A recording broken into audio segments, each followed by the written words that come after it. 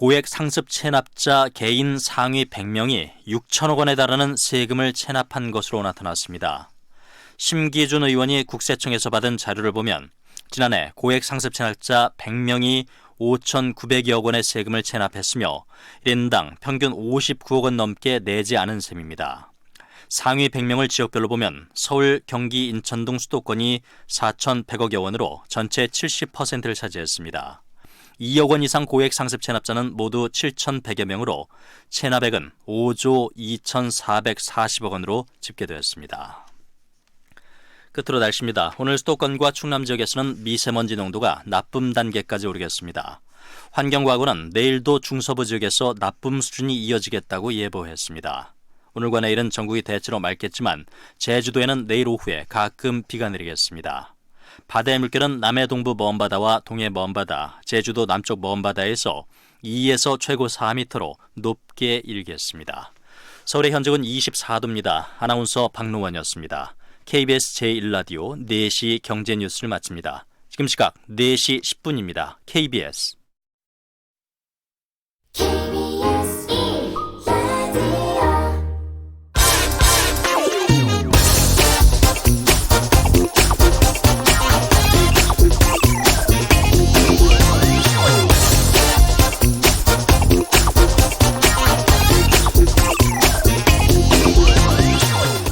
불과 서너 달 전이었습니다. 이런 단어들이 유행했었죠. 불화수소, 포토레지스트, 폴리이미드.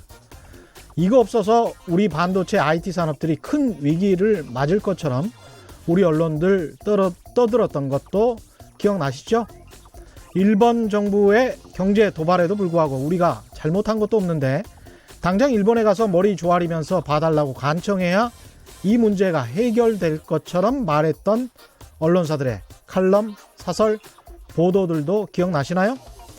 그 뒤 어떻게 됐습니까? 일본으로 가는 한국 관광객 숫자가 오히려 전년 동월 대비 절반 이하로 줄어들어 버리고 불화수소 등 반도체 신소재를 우리 기업들에게 납품하던 일본 기업들이 먼저 죽겠다고 아우성치고 일본 정부 내에서도 한일 갈등을 타결해야 하는 것이 아니냐는 목소리가 나오고 있죠.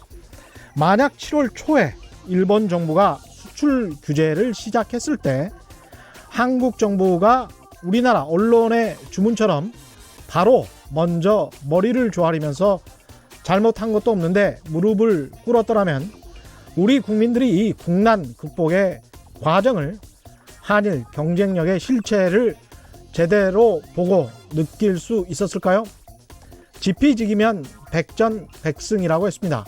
무슨 일만 터지면 곧 한국 망할 것처럼 보도하는, 그러면서 굴종적인 외교 관계만이 최고의 해법인 양 제시하는 일부 한국 언론들 때문에 우리 국민들이 지피지기를 제대로 못하고 있는 건 아닐까요?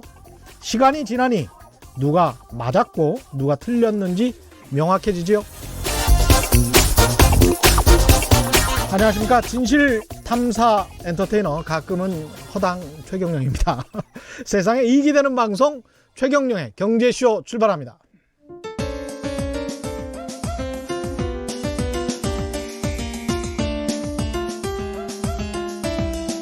어려운 경제 이슈를 친절하게 풀어드립니다. 돈 되는 경제 정보를 발빠르게 전해드립니다. 예리하면서도 따뜻한 신사, 이종우 이코노미스트의 원포인트 경제 레슨. 네, 국내외 경제 흐름을 분석하고 실질적인 투자 정보도 전해드리는 원포인트 경제 레슨 시간입니다. 오늘도 이종우 이코노미스트 나오셨습니다. 안녕하십니까? 예, 안녕하세요. 예, 유튜브로도 실시간 생중계되고 있습니다. 손 한번 흔들어 주시죠. 안녕하십니까, 애청자 여러분. 왜 갑자기 허당이라고 하십니까?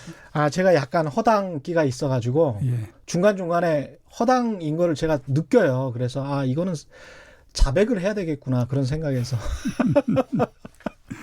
그렇습니다. 그 진실을 탐사하는 과정에서 가끔 허당기가 있을 때가 있습니다. 오늘은 역시 이제 안 좋은 소식이 워낙 경제에 많습니다. 예. 그래서 경제 성장률 이야기를 하면 안 좋은 소식일 수밖에 없을 것 같은데 경제 성장률 이야기부터 시작하시는군요.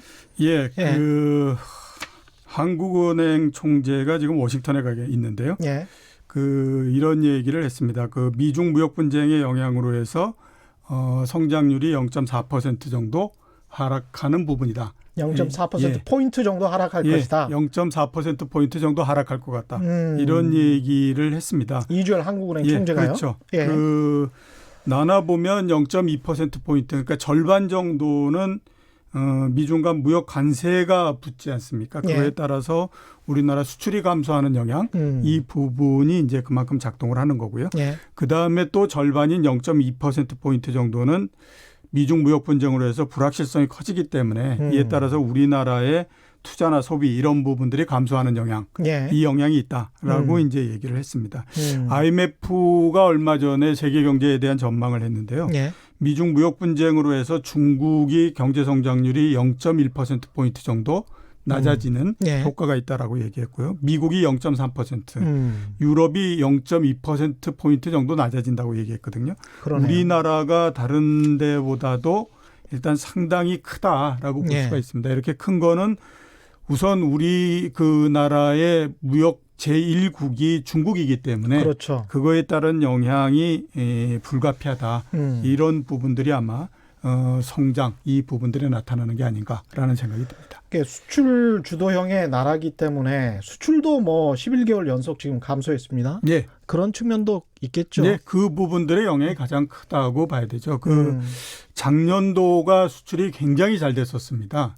예. 그랬기 때문에 이제 기저효과라고 얘기하죠. 특히 4분기 때. 작년에 숫자가 높게 되면 예. 올해에 더 크게 증가하지 않는 한은 숫자가 크게 늘어나기는 좀 어렵지 않습니까? 예. 작년에 특히 이제 반도체 이런 부분들이 굉장히 좋았기 때문에요. 작년에 높았던 효과가 올해 나타나는 부분도 있고 예. 또 하나는 이제 반도체 가격이 떨어지다가 보니까 어차피 수출액이라고 하는 거는 가격 곱하기 물량이지 않습니까? 예. 그럼 물량은 똑같다고 하더라도 가격이 50%가 그렇죠. 떨어지게 되면 그렇죠. 당연히 수출액 자체는 50%가 줄어드는 거거든요. 그래서 그거에 따른 영향도 있고 그래서 연속 11개월째 두 자릿수의 감소를 계속하고 있고요. 일단 기저효과가 없어지는 내년 1월까지 그러니까 올해 12월까지는 수출의 감소 이 부분들은 뭐 불가피하지 않느냐 이런 생각이 많이 듭니다. 네, 참 큰일이군요. 내년에는 어떻게 좀 좋아졌으면 좋겠는데 금년 4분기까지는 뭐 어쩔 수 없는 상황이다. 대내외적인 상황이 그렇게 봐도 되겠습니까? 네, 그렇죠. 예. 최근에 우리나라 경제 변수를 보면 그래도 부분적으로는 아무튼 바닥에 도달하는 신호 이런 부분들은 꽤 많이 나타나고 있는 예. 그런 상태인데요. 전망을 하는 사람들도 그렇고 그다음에 이제 뭐 시장에서도 그렇고 이런 부분들에 대해서 별로 그렇게 점수를 주고 있지는 않는 상태입니다. 예. 왜 그러냐 하면 세계 경기가 점차적으로 둔화되는 형태이기 때문에 우리나라만 계속해서 좋기는 어렵다라고 생각을 하고 있는 그런 그렇죠. 상태죠. 예. 지금 이제 미국 경제에 대한 내년도 전망을 한번 살펴보면 지금이 2%대 중반 정도 되거든요. 예. 내년도가 1.5% 정도까지 내려올 거다라는 전망을 하고 있습니다. 원래 미국 경제 성장률이 그 정도였었잖아요. 예, 그렇죠. 사실 트럼프 행정부 예. 이전에는 1.5%에서 2% 정도 수준이었는데 예. 과도하게 성장을 했었던 겁니다. 몇 년 그렇죠. 동안. 예. 예. 그랬는데 이제 그런 부분들의 거품이 빠지는 형태가 되다 보니까 그렇고요. 그다음에 유럽이 지속적으로 아무튼 뭐 경기가 예. 회복이 되지 않고 있는 상태입니다. 그렇게 되다 보니까 전체적으로 선진국의 경기가 안 좋은 상태이고요. 중국은 아시는 것처럼 3분기 성장률이 6.0%로 27년 만에 최저를 그렇죠. 기록을 하고 있거든요. 예. 정상적이라고 우리가 보게 되면 내년도에는 5%대로 성장이 떨어질 가능성이 굉장히 높습니다. 그러니까 세계 전체적으로 성장이 둔화되는 상태로서 돼버렸기 때문에 예. 그 상태에서 국내에서 할 수 있는 부분들이 한계가 있을 수밖에 없는 상태가 됐거든요. 그래서 아마 내년도에도 그다지 경기가 회복되거나 이런 부분들에다가 점수를 못 주는 상태가 아닌가 이렇게 이제 생각이 됩니다. 단기적으로라도 뭘 좀 했으면 좋겠어요. 예. 경기 부양책이 예. 쇼크적인 차원에서라도 크게 좀 한번 나왔으면 좋겠다 그런 생각을 좀 합니다. 예, 금융 정책을 그동안 계속 썼지 않습니까? 예. 우리나라도 그렇고 선진국들도 거의 대부분 이제 금융정책을 쓰는 형태였었는데요. 금융정책이 최근에 보면 별로 그렇게 약효를 발휘하지 못하고 있는 상태입니다. 예. 그래서 이제 다른 그 정책적 대안 이런 부분들이 계속해서 지금 얘기가 되고 있는 상태거든요. 그렇죠. 결국 보면 금융정책 아니면 재정정책 둘 중에 하나지 하나인 거죠. 않습니까? 그런데 예. 이제 금융정책이 먹히지 않게 되면 재정정책으로서 가야 되는 그런 부분들인데 그렇죠. 이 부분은 우리나라가 다른 어떤 나라보다도 상당히 유리하다라고 볼 수가 있습니다. 그 미국 같은 경우에는 예. 지금 GDP 대비해서 재정적자의 비율이 마이너스 4.5% 정도 예. 되거든요. 예. 4%를 넘은 경우는 그렇게 많지는 않습니다. 물론 이제 그 금융위기 직후라던가 아니면 걸프전 때 예. 이런 때에 이제 8% 이렇게까지 간 적도 있지만 이거는 굉장히 특수한 경우이고요. 일반적인 경우일 경우에는 재정적자가 GDP의 4%를 넘은 적이 없거든요. 예. 그런 면에서 보면 미국에서 재정 정책을 강하게 피거나 이럴 수 있는 가능성은 별로 없습니다. 그다음에 이제 유럽 같은 경우에는 2011년도에 남부 유럽에서 재정 위기가 났기 때문에 아직도 그 트라우마를 그렇죠. 계속 갖고 있는 상태거든요. 근데 우리나라를 한번 보면요. 작년도에 우리나라가 31조의 재정 흑자를 냈습니다. 그렇게 경기가 나빠진다라고 얘기하고 했었는데 그렇게 되면 거의 대부분 이제 재정 정책을 강하게 쓰는 것이 일반적이거든요. 예. 근데 작년도에 그 재정 추계도 잘못됐고 했던 부분들이 있어서 31조 정도의 재정 흑자를 냈고요. 그게 이제 GDP 대비해서 보면 GDP의 2.54% 정도의 재정 흑자가 난 겁니다. 굉장히 크네요. 예. 예. 근데 그게 작년만 그런 건 아니고요. 2017년도에 2.82%였고요. 그다음에 2016년도에 2.32%였어요. 그러니까 3년 내내 우리나라는 재정 한 2% 정도의 재정 흑자를 내는 형태였거든요. 그렇기 때문에 지금은 재정 여력이 굉장히 좋은 상태라서요. 내년도 그다음에 뭐 빠르게 되면 올해 4분기에도 강력하게 재정 정책을 쓰면 됩니다. 그러면 그러니까 재정 흑자라는 거는 그 돈이 그대로 쌓인다는 그렇죠. 거잖아요. 예. 그 세수가 그대로 쌓인다는 건데 돈을 제대로 못 썼기 때문에. 예, 그렇죠. 그리고 이제 작년도에 돈을 쓴 것이 남았다라고 해서 올해 그러면 뭐 이 세금을 덜 걷냐 하면 그건 아니거든요. 그것도 아니잖아요. 예, 그렇기 때문에 이제 강력하게 재정 정책을 쓸 수 있는 그런 여건은 충분히 되거든요. 그런데 그렇죠. 이제 예. 왜 못 쓰냐면 우리는 아주 오래전서부터 재정에 대해서 굉장히 강박관념을 갖고 있습니다. 그러니까 그렇습니다. 재정 적자가 조금 나게 되면 예. 마치 세상이 난리가 나는 것처럼 막 이렇게 했기 때문에 지금 일부 언론에서도 계속 그렇게 이야기를 그렇죠. 그래서 하고 있죠. 많이 얘기하는 부분이 그거지 않습니까? 국가 부채 비율 40%를 넘으면 이게 뭐 큰일 난다 이런 얘기를 하잖아요. 그렇죠. 60% 넘으면 EU 수준의 예. 밑에 나라들처럼 무슨 이탈리아처럼 될 것처럼 예. 이야기를 하고 그렇게 그렇게 이제 많이들 얘기를 하는데 예.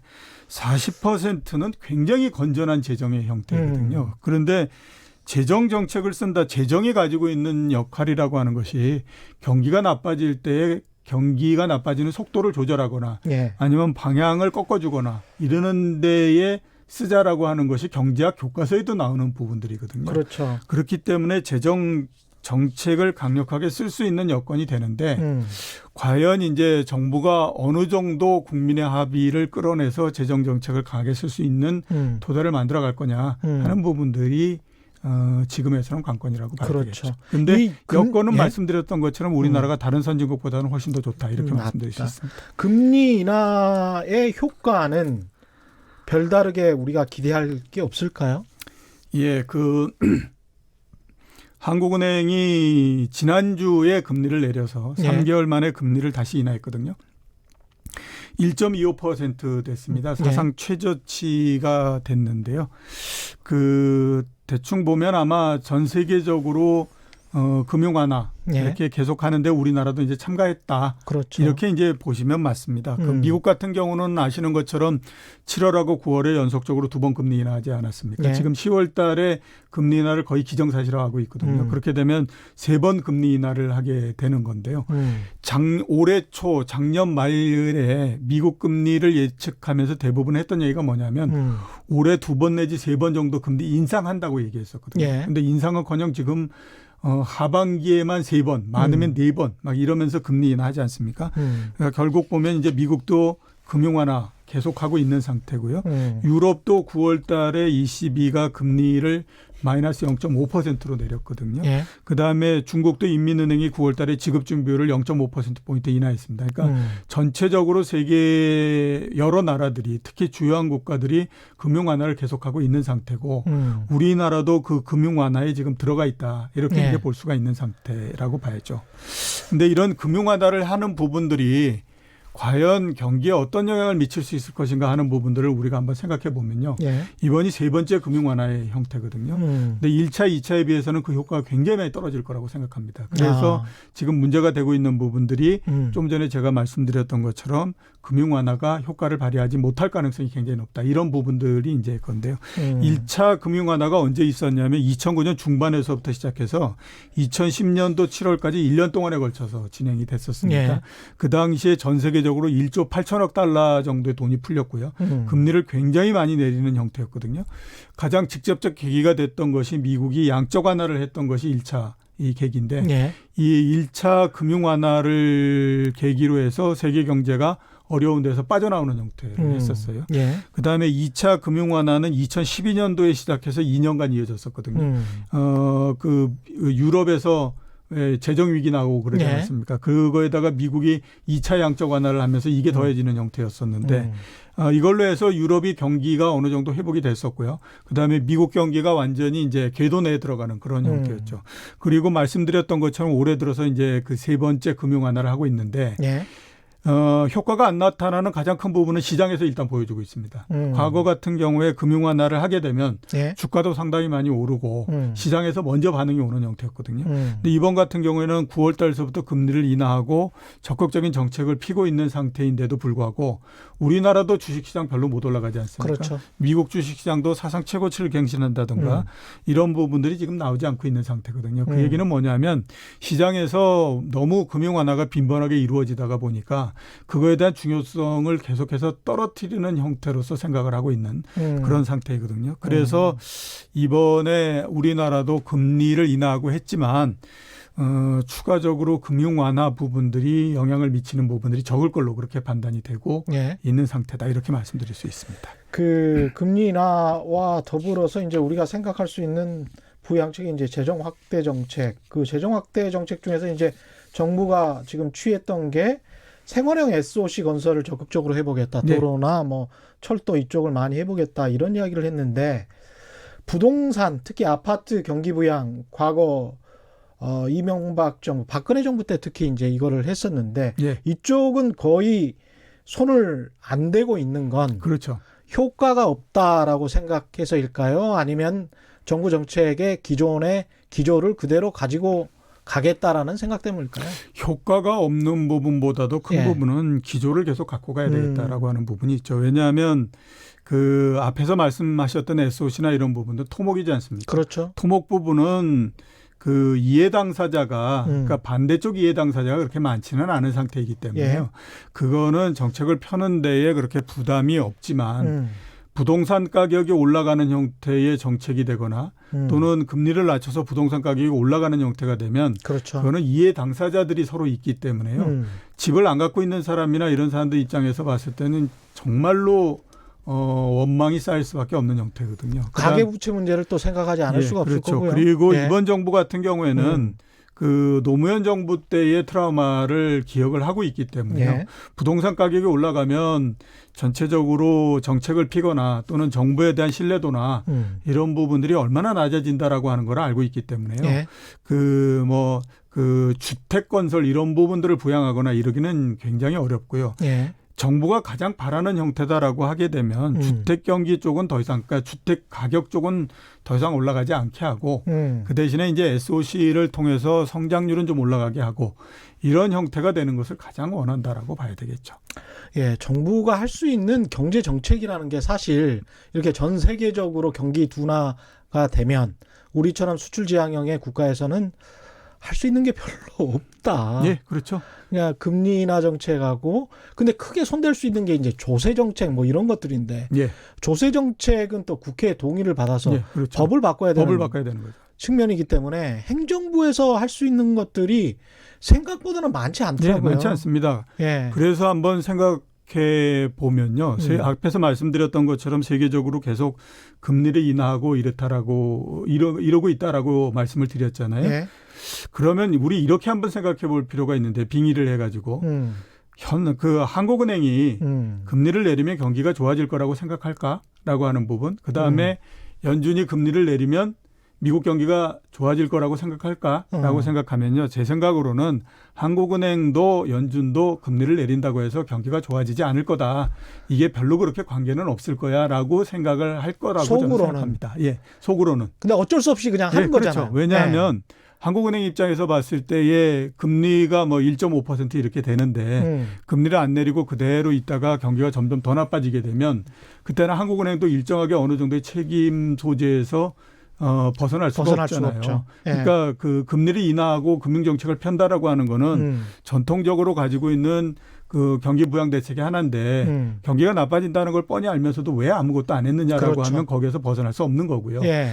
연준도 마찬가지거든요. 예. 그렇기 때문에 이제 특히 연준 같은 경우에는 정치적으로도 굉장히 지금 압박을 많이 받고 있지 않습니까? 그 트럼프 대통령이 뭐 이렇게 바보스러운 연준은 못 봤다. 그다음에 뭐 1%를 더 내려야 된다. 0% 금리를 그렇죠. 만들어야 된다. 이러니까 본인이 아주 경제학자예요. 트럼프 대통령은.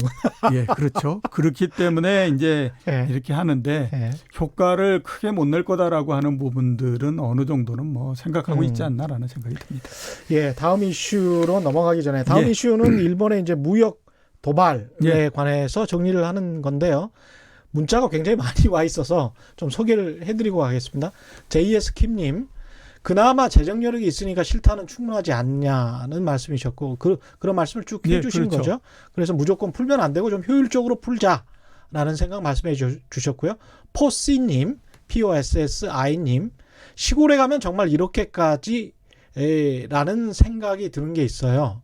70대 이상 할머니 할아버지들께서 필요해 보이는 건 재정적인 부분인 것 같은데 시설을 설치하고 뭐 실용적인 것처럼 보이지 않아서요. 그러니까 실제로 시설 공사나 뭐 이런 것들은 많이 하는데 이 농사 지으시는 분들이나 아니면은 그냥 집에서 쉬고 계시는 어르신들한테 실용적으로 뭔가 도움을 줄 수 있는 그런 복지 정책 또는 생산적인 복지 정책 이런 것들이 좀 나와야 되지 않나 이런 말씀이신 것 같고요. 겉으로 드러나는 부분들이 해당 지자체장이나 이런 그 분들이 생각에는 그게 훨씬 더 낫지 않습니까? 왜냐하면 이거 내가 했어. 뭐 그 본인의 지적이 되는 거니까 그런 부분들도 많이 좀 작동하는 거 아닌가라는 생각이 좀 듭니다. 클래식 그 정님은 재정 정책을 미래지향적으로 가야지 당장 퍼주기식은 안 된다라는 말씀이죠. 정부가 경제를 마음대로 재단한다는 사고부터 고쳐야 합니다. 예, 그 맞는 말씀이죠. 정부가 맞는 경제를 마음대로 재단할 수가 없습니다. 지금 상황 자체가. 정부의 역할은 마음대로 재단하는 건 아니고요. 하락을 할 때 하락의 속도를 조절해서 하락이 너무 빠르거나 그다음에 이게 굉장한 침체에 빠지거나 이런 속도를 조절하는 것이 정부의 역할이라고 봐야 되죠. 예. 근데 클래식 정님한테 이제 말씀드리고 싶은 거는 폴 크루그만 교수가 지난번에 한국에 오셔가지고 장기적인 재정 건전성 이야기하지 말고 단기적으로 정부라도 할 수 있는 일이 있으면 뭔가를 해야 된다. 예, 그렇죠. 그런 이야기를 했거든요. 그래서 경제학이라는 것이 장기적으로 미래지향적으로 미래 세대를 위해서 이렇게 레토릭으로만 이야기하면 되게 쉬워요. 그러면 그냥 다 굶어 죽을 수 있는 거죠. 그 먼 미래와 10년, 20년을 위해서. 그런데 이제 어떤 마중물적인 정책이 항상 필요한 것이고 그게 또 잘 되면 미래 세대를 위해서 좋은 것일 수도 있으니까요. 장단기적인 정책 구사가 필요할 수도 있을 것 같습니다. 예, 그런 측면에서 좀 이해하셔야 될 것 같고요. 일본의 무역 도발 이야기를 좀 할까요? 110일 정도 지났는데요.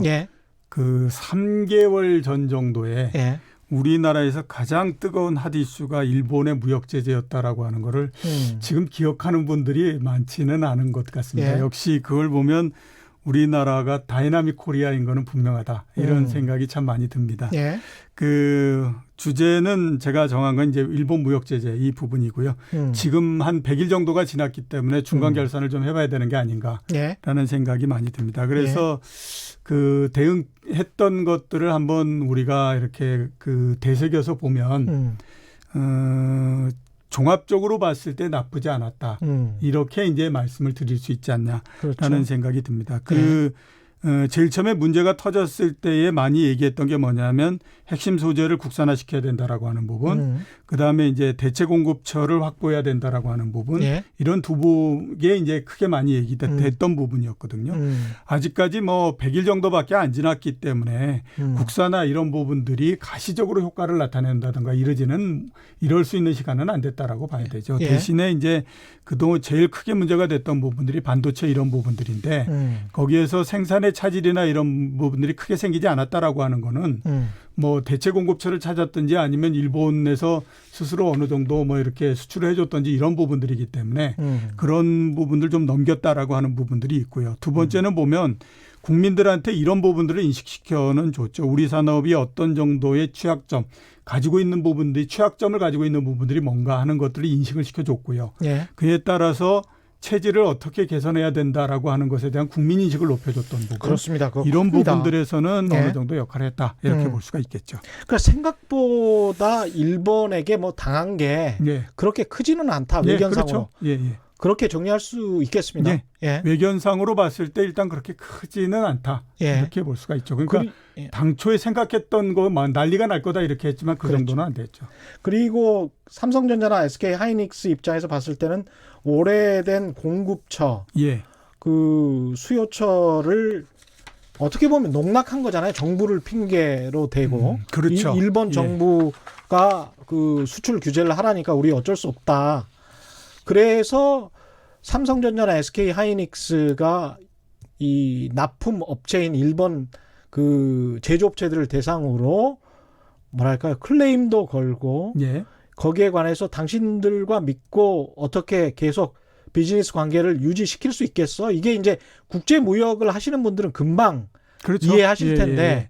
그렇게 이제 그 한 3, 4개월이 지났을 거고 실제로도 제가 이제 대기업 전무로 있는 분에게 비슷한 이야기를 들었는데 그런 상황에서 일본 업체가 운신할 수 있는 폭도 우리가 생각했던 것보다는 훨씬 더 좁았고 예, 그렇죠. 그리고 영향력도 예, 예. 낮았다. 이렇게 볼 생각이 수가- 듭니다. 예, 그렇죠. 예. 수출입 관계에서부터 한번 정리를 한번 해보게 되면요. 예. 9월 달 수치가 나왔는데 9월 달에 일본이 우리나라에 수출하는 액수가 4,028억 엔입니다. 작년도 같은 기간에 비해서 16% 정도 줄었고요. 예. 그다음에 우리나라가 일본에 수출하는 것이 2,513억 엔으로 작년에 비해서 한 9% 정도 줄었습니다. 예. 그러니까 일본이 상대적으로 더 크게 영향을 좀 받았다. 이제 이렇게 볼 수가 있죠. 예. 그다음에 품목별로 보게 되면 식료품이 가장 아무튼 뭐 많이 줄어들었습니다.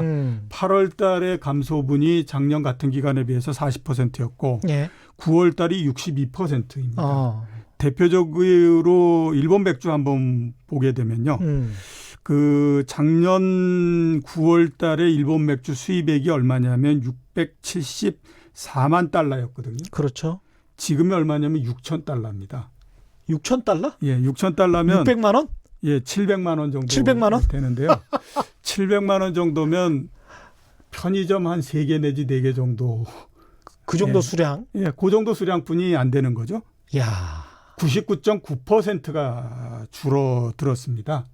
근데 이게 월별로 보게 되면요. 예. 이제 그 6월 달은 영향이 없을 때였잖아요. 그렇죠. 그때가 이제 한 달 동안에 790만 달러 정도가 수입이 됐거든요. 일본 맥주가. 한 달에. 예, 그 이제 그 영향이 없을 때. 근데 이제 7월 달서부터 영향이 생기기 시작했는데 7월 달에 434만 달러로서 줄습니다. 예. 그러니까 6월 달에 비해서 절반 정도로 줄죠. 예. 그다음에 8월 달에 얼마냐면 22만 달러 정도 됩니다. 그러면 그 절반 정도로 줄었던 것에서 또 20분의 1로 돼버리는 거죠. 예. 그다음에 9월 달은 드디어 6천 달러 정도로서 줄어들어 버리거든요. 그러니까 이게 줄어드는 것이 굉장히 빠른 속도로서 내려오는 형태예요. 예. 그래서 이런 부분들을 보면 그 우리가 이제 그 한 2달 뭐 넘는 동안 뉴스에서는 사라졌지만 예. 사람들은 이 부분들을 계속하고 있었다. 우리 국민들은 그런 생각이 들고요. 결국 이거는 그 잠재적으로 계속해서 내재돼 있는 형태이기 때문에 언제 또 그 일본과의 이 부분 무역 이런 부분들이 또 뉴스에 가장 화제가 될지 이런 예. 부분들이 현재로서는 가능성을 언제든지 갖고 있다 이렇게 볼 수 있죠. 저희가 매장에 가서도 뭐 이렇게 마트나 이런 데 가서 쉽게 일본 맥주에 손이 안 가요. 예, 보고만 그렇죠. 있지. 예. 그게 손 가는 게 사실 남이 볼까도 또 무섭고. 예. 그리고 일본 맥주 맛이 또 거의 비슷하잖아요. 그렇죠. 예. 예. 뭐 일본 맥주라고 뭐 특별하게 엄청나게 맛있다 이런 거는 아니기 때문에. 일본 맥주가 2009년도 이래로 우리나라에서 수입 맥주 국가별로 봤을 때 1위입니다. 항상 1위였었거든요. 그랬었군요. 그랬는데 7월 달에 불매운동 시작하면서 3위로 떨어졌고요. 8월 달에는 13위가 됐고 9월 달에는 6,000달러니까 뭐 순위를 매긴다는 것이 거의 불가능한 형태가 돼버렸죠. 예. 정말 편의점 수준이네요. 그렇죠. 예, 맥주 이렇고요. 그다음에 이제 또 하나 크게 영향을 받은 둘 중에 하나가 뭐냐면 자동차입니다. 자동차. 예, 자동차가 그 9월 달에 1,100대 정도 팔렸거든요. 예. 일본의 5개 그 브랜드가 에서 총 나간 자동차가 1,100대 정도 있는데요. 6월 달 한 달 동안에 몇 대가 나갔냐면 거의 4,000대 정도 나갔습니다. 예. 그러니까 그 한 72% 정도 줄어들어 버린 거죠. 예. 그래서 원래 그 일본 자동차가 우리나라 수입 자동차 시장에서 20% 정도를 차지하면서 항상 1등이거든요. 예. 근데 지금은 점유율이 5.5% 이런 정도밖에 안 되는 상태인 거죠. 이것도 일종의 이제 신화가 있었던 것 같은데 일본 자동차가 괜찮다. 예. 가격 대비 무슨 뭐 수입 자동차 중에서는 가성비가 뛰어나고 상당히 품질이 좋다라고 이야기를 하는데 그럼에도 불구하고 국산차보다는 가격이 높았던 건 높죠. 예, 예. 사실이고 그리고 현대차나 기아차가 품질을 많이 따라잡았고 사실 이것저것 이렇게 비교해서 타보신 분들은 알겠지만 제가 보기에는 눈 감고 타면 거의 모를걸요 아마. 그렇다고 봐야 되겠죠. 예. 지금 그 품질 차이가 거의 안 나고 특히 이제 일본 사람들이 일본 국내 시장에서 우리나라 가전제품뿐만이 아니고 휴대폰을 거의 안 샀던 것을 생각을 해보면 우리가 뒤늦은 깨달음도 좀 있었다라고 저는 생각을 해요. 예, 뒤늦은 깨달음이요. 예. 예. 왜냐하면 일본 시장에서는 우리를 그렇게 박대를 해왔는데 품질과 가격 대비 상당히 경쟁력이 높고 그게 세계 시장에서 이미 인정이 됐잖아요. 그렇죠. 휴대폰 같은 경우에는. 근데 일본 시장에서만 가전제품과 휴대폰, 자동차 이런 게 거의 안 팔렸거든요. 예. 그런 거는 구조적으로 일본 시장에서 배척했던 측면들이 있었다라고 저는 그렇죠. 봐야 예, 되거든요. 그리고 예. 가전제품 이런 것들은 뭐 일본 스스로가 본인들의 제품에 대한 그 자부심이 굉장히 크기 때문에 그렇죠. 다른 나라 제품들이 뚫고 가기가 굉장히 좀 어려운 부분들도 있었고요. 뭐 그런 부분들을 같이 생각을 해야 되겠죠. 일본이랑 뭐 무조건 적대적으로 되는 거는 저도 결코 바라지 않습니다만은 예. 하여간 대등하게 무역을 하더라도 해야 될 것 같습니다. 예. 또 하나 우리가 봐야 될 부분이 이제 여행 부분이죠. 그동안에 예. 아무튼 굉장히 많은 얘기가 있었으니까 이 부분도 한번 정리를 해봐야 될 필요는 있을 것 같은데요. 7월, 8월이 휴가철이지 않습니까? 이 휴가철일 때에 그 일본에 간 한국 사람들이 몇 명 정도냐면 87만 명 정도가 갔습니다. 예. 작년 같은 기간에 비해서 33만 명 정도가 줄어들었어요. 휴가철. 예, 그래서 27.6% 정도가 줄었고요. 그다음에 일본에서 한국으로 오는 일본 사람들이 몇 명이냐면 60만 명 정도입니다. 예. 이거는 한 10% 정도 증가를 했습니다. 증가를 했어요? 예, 그러니까 우리나라에서 일본을 방문하는 사람들은 줄어들고요. 그다음에 일본에서 우리나라로 오는 사람들은 좀 늘어나는 그런 형태이기 때문에 일단 이제 이렇게 이 환율 영향도 좀 있을 것 같습니다. 예, 환율 영향도 좀 있지만 예. 뭐 보다 더 큰 부분들은 그렇죠. 이렇게 예. 거의 30% 정도 줄어든다라고 하는 거는 맞습니다. 이 무역 갈등 이 부분들에 따른 영향 맞습니다. 이 부분들을 우리가 제외하고 얘기는 하기는 굉장히 어렵다라고 봐야 되고요. 그게 이제 여행객이 줄어들고 뭐 이렇게 되면 여러 가지 부분들에서 그 변화가 나타날 수밖에 없는데요. 예. 우리가 일본에 가는 사람이 줄어들면서 일본에서 생산이 유발되는 효과가 있지 않습니까? 그러면 당연히 그게 줄어들었겠죠. 예. 그 줄어든 부분이 얼마냐면 3,500억 원 정도 이렇게 이제 줄어들었고요. 예. 부가가치가 줄어드는 부분, 이 부분도 한 1,700억 원 정도 줄어드는 형태 이렇게 됐기 때문에 뭐 여러 가지 부분들에서 모든 수치를 본다고 하더라도 한 뭐 100일 넘는 기간 동안 참 꾸준히 계속해서 그리고 보다 더 이렇게 계속 강도가 커지면서 일본과의 이런 그 부분들이 예. 계속 진행이 돼 왔다 이런 생각이 좀 많이 듭니다. 그렇군요. 문자들이 계속 오고 있습니다. MS정59님, 국가가 무역보복을 하기에는 여러 가지 문제가 있는데 우리 국민들의 현명한 대처가 결국은 일본의 무역보복에 적절한 대응을 했다. 이렇게 생각합니다. 라는 말씀이고요. 김광민님, 일본 아사히 계열 맥주에 체코 맥주도 있고 코젤 맥주도 있고 뭐 이렇다. 아직까지 모르고 사드시는 분들이 많아요. 이렇게 말씀하셨네요. 아, 그렇군요. 저도 몰랐는데 이거. 저도 몰랐습니다. 아, 그렇군요. 이게 아사히 계열, 아사히 회사가 이 회사들을 사들였나 봅니다. 체코하고 이태리 회사들. 아, 그렇군요. 박선식님, 어제 우리 동네 편의점 가니까 여전히 일본 맥주 제품들 팔고 있더군요. 음료수 사러 들어갔다가 그냥 나와 버렸어요. 다신 그 편의점 안 가네요, 이제. 그럴 필요까지 뭐. 일본 맥주를 안 사드시면 뭐 되는 거죠. 뭐, 예. 8204님, 달러 값이 왜 이렇게 내려가는 건가요? 이렇게 말씀하셨습니다. 그러니까 아마 원화가 계속해서 이렇게 강세가 되느냐 이런 부분일 것 같은데요. 조금 돌아섰습니다. 1220원에서 1180원 정도까지 내려가는 형태가 됐는데 앞에서 그 지난주에 그 미국하고 중국 사이의 1차 그 무역 협상 그렇죠. 1차 결과가 나오지 않았습니까? 예. 우리나라의 그 원화가 1160원, 뭐 50원 여기에서부터 1220원까지 올라간 결정적인 이유가 무역 분쟁의 영향이 굉장히 컸습니다. 근데 그게 어떻게 됐던지 아무튼 그 1년 8개월 만에 그 내용에 관계없이 첫 번째 그 협의가 났다라고 하는 것 자체가 앞으로가 더 좋아질 수 있는 가능성을 가지고 있다라고 생각을 하기 때문에 그 부분만큼이 조금씩 빠져나가고 그렇죠. 있는 그런 상태다라고 봐야 되죠. 예. 그 유튜브에 초대권님이라는 분 맞죠? 초대권님이라는 분이 제가 지난 4월에 경제 위기 아니다라고 했다고 말씀을 하셨는데 경제 위기는 여전히 아닙니다. 경제 위기라는 단어를 정의를 잘해야 된다라고 그렇죠. 말씀을 드렸었고 경기가 하강 국면이다. 경제가 안 좋다.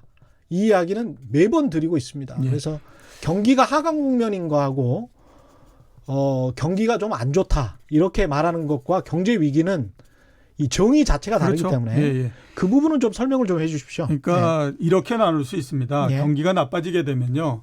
경기 둔화, 경기 침체, 경제 위기 이런 형태가 되는데 가장 약한 거는 경기 둔화 부분이고요. 그렇죠. 그다음에 이제 미국 기준으로 따지게 되면 뭐 그 성장률이 마이너스 2% 되고 이렇게 되면 이제 경기 침체라고 얘기하고요. 그다음에 외환위기나 금융위기 이런 것처럼 이제 뭔가 경제 전체적으로 위기가 발생해서 보통의 상황과 달라지는 형태가 그렇죠. 되면 경제 위기가 되는 거죠. IMF 같은 경우는 경제 위기라고 하면 보통 이제 뱅크런처럼 그렇죠. 은행에서 돈을 빼가는 그런 정도 수준. 그런 정도인 거죠. 그러니까 한국 은행에서 외국인들이 돈을 빼가는 수준. 위기라고 하는 건 세 가지 형태로서 오는 거거든요. 하나는 이제 국가의 재정이 완전히 거덜이 나버려 가지고 더 이상 어떻게 할 수 없는 재정 위기가 있고요. 두 번째는 보게 되면 우리 97년도에 겪었던 것처럼 외환이 없기 때문에 결제를 못 해주는 형태로서 생기는 외환 위기가 있고요. 그다음에 이제 2008년도에 그 미국에서 발생했던 것처럼 어떤 그 자산의 가격이 너무 많이 올라갔다가 그게 일시에 꺼지면서 그 사람들이 거기에서부터 빌렸고 은행에서부터 빌리고 그랬던 거를 갚아줄 수 없기 때문에 생기는 위기. 예. 그냥 은행이 부실화되고 그래서 생기는 위기. 이 부분을 금융위기라고 하거든요. 그렇죠. 그런 것들이 발생하는 것이 위기의 형태인데 지금 우리나라의 경우는 어떠냐면 가장 이 약한 경기 둔화의 단계인 거죠. 그렇죠. 예. 이 경기 둔화라고 하는 것은 사이클상 계속해서 생기는 부분들이거든요. 예. 그러니까 자본주의 경제에서는 좋을 때에 올라갔다가 나빠지게 되면 둔화되는 형태가 되고 이렇게 해서 지금 우리는 경제 위기보다는 경기 둔화의 형태다라고 봐야 됩니다. 그렇죠. 이게 경제 위기냐, 경기 둔화냐, 경기 하강이냐에 따라서 개인의 자산 관리랄지, 그 다음에 국가의 경제 정책이랄지 이 판단하는데 굉장히 중요한 변수가 되기 때문에요. 예, 그렇죠. 예. 어떤 데에 기준점을 두고 내가 자산을 관리할 거냐, 또는 국가가 경제 정책을 펼칠 거냐, 어떤 정책을 펼칠 거냐. 경제 위기라면 정말 아주 극단적인 정책을 펼쳐야 되겠죠. 그렇죠. 예. 예. 그러니까 미국도 봐서 아시는 것처럼요. 예. 그 미국 같은 경우에는 AIG 하나를 살리기 위해서 몇 천억 달러의 돈을 거기다 그 쏟아붓는 형태가 예. 되거든요. 그건 위기가 아니면은 있을 수가 없는 그럼요. 일인 거죠. 정당화가 되지가 그렇죠. 않죠. 예. 개인 그 사기업 하나를 살리기 위해서 국가가 그 나라 이 국민의 돈을 동원해서 거기에다 몇 천억의 돈을 넣어준다라고 하는 거는 일반적인 경우에서 있을 수가 없는 거기 때문에요. 그러니까 위기 상황에서만 있을 수 있는 부분이니까 그렇죠. 위기가 되느냐 아니면 경기 둔화냐 침체냐 이런 것들에 따라서 정책도 전부 다 바뀌는 거고요. 그 시점에 따라서 어떤 형태의 투자 이런 부분들로 갖고 가야 되느냐 하는 것들도 다 달라지는 거죠. 예, 맞습니다. 자킴님, JA킴님, 미국 국채나 중국 국채를 사서 분산 투자를 하라고 하는데 이런 말씀은 최경영의 경제쇼에서 드린 적이 없고요. 미국 국채를 사서 분산 투자를 하라고 하는데 도대체 언제쯤 사는 게 좋은 건가요? 이런 시기를 말씀하셨네요. 시기 그 국채니까 그리고 미국 국채니까요. 두 예. 가지를 봐야 되는 거죠. 하나는 국채 금리가 어떻게 되느냐 하는 부분을 하나 봐야 되고 예. 그다음에 또 하나는 달러가 어떻게 되느냐 하는 것들을 봐야 되지 않습니까? 예. 그죠? 우선 이제 그 금리는 지금이 굉장히 낮은 상태인 거는 분명하고요. 예. 근데 앞으로도 봤을 때 지금보다도 금리가 훨씬 더 높아지거나 그럴 가능성은 그렇게 많지는 않습니다. 그래서 금리면으로 봤을 때는 지금 그 사셔도 뭐 무방하다라는 생각이 들고요. 대신에 예. 이제 달러는 앞에 말씀드렸던 것처럼 1220원에서 지금 1180원 정도까지 내려와 있는 상태거든요. 예. 아마 전체적으로 1150원에서부터 1220원 사이를 왔다 갔다 하는 형태이기 때문에 예. 지금이 딱 중간 정도에 와 있는 상태입니다. 예. 그래서 조금 더 기다리시면 아마 1160원, 50원 이 수준 정도까지 올 걸로 그렇게 생각이 되기 때문에 예. 그 시점에서 미국 국채를 사시는 게 낫다라는 생각이 듭니다. 그 전에도 이종훈 이코노미스트께서 1250원이 꼭지일 거다. 예. 그런 말씀을 하셨었고요. 그 최경영의 경제쇼를 쭉 들으신 분들 같은 경우는 재테크에 굉장히 도움이 많이 되실 겁니다. 사실은 박스권을 정확히 지정을 해 주셨고 그 범위에서 벗어나지를 않았어요. 예. 지금. 그래서 그 부분들 꼭 기억을 하시고 1150원에서 1250원 그때 이야기를 하셨는데 그 박스권 안에서 지금 계속 이 개걸음을 치고 있습니다. 그렇죠. 예. 예. 그런 상황입니다. 그 1250원을 넘어가 버리는 상황은 지금 넘어가서 장기적으로 예, 거의 그럴 가능성은 예. 별로 없다고 봐야죠. 예, 그때도 그런 말씀을 하셨었습니다. 젠걸음 시선님, 박근혜 대통령 때처럼 건설 조금만 하면 지수 바로 올라가요.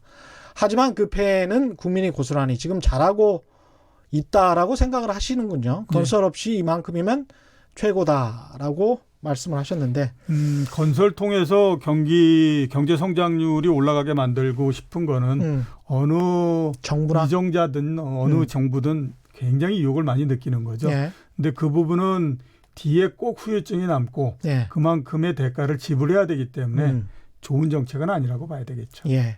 그 한일 문제 중에서 WTO에 제소했던 문제는 지금 상황이 어떻게 됐습니까?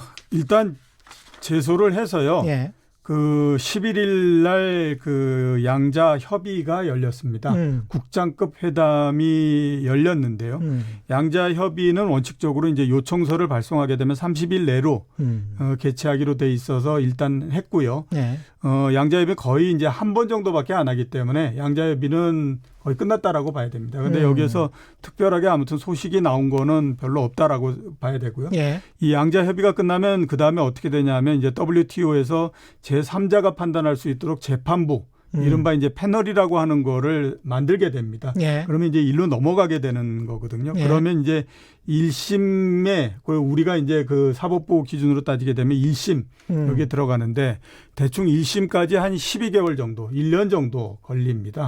그리고 1심 나오게 되면 틀림없이 누군가는 또 그럼요. 불만이 갖고 예, 있는 사람이 있지 항소하겠죠. 않습니까? 예. 그러면 이제 재심에서 예. 상소로 들어가야 되거든요. 예. 그러면 상소기구로 넘어가는데 이렇게 되면 전체적인 과정이 한 3년 정도 걸립니다. 얼마 전에 그 후쿠시마 수산물 분쟁이 있었지 않습니까? 예. 그때 최종 판결이 날 때까지 4년 걸렸습니다. 그랬죠. 그러니까 지금 들어가고는 있지만 이 부분들이 나와가지고 뭐 어떤 그 결과 뭐 그때까지는 기다리는데 굉장히 오랜 시간 걸리지 않을까라는 생각이 많이 듭니다. 결국은 한일 당사자 스스로가 예, 해결을 하는데 예, 우리 입장에서는 품격 있고 당당하게 예, 그렇죠. 의연하게 해결할 수밖에 없을 것 같습니다. 예, 그래서 예. 지금 현재 보면 우리가 여러 그 실무자 회담을 비롯해서 정상급 회담이나 이런 부분들에서 많은 제안을 하고 있는 상태고요. 그렇죠. 근데 아직까지는 뭐 일본의 입장이 정리가 모두 다 안 돼 있는 상태이기 때문에 이 부분들이 원활히 이루어지거나 그러지는 않는 상태인데 아마 앞으로도 계속해서 정부 차원에서 여러 가지 노력들이 들어가는 그런 형태가 되지 않을까. 이낙연 총리가 또 가니까요. 예. 예, 기대해 봐야 되겠습니다. 오늘 말씀 감사하고요. 지금까지 이종우 이코노미스트와 함께했습니다. 고맙습니다. 예, 고맙습니다. 저희가 준비한 최경령의 경제쇼는 여기까지였습니다. 저는 KBS 최경령 기자였고요. 지금까지 세상에 이익이 되는 방송 최경령의 경제쇼였습니다. 고맙습니다.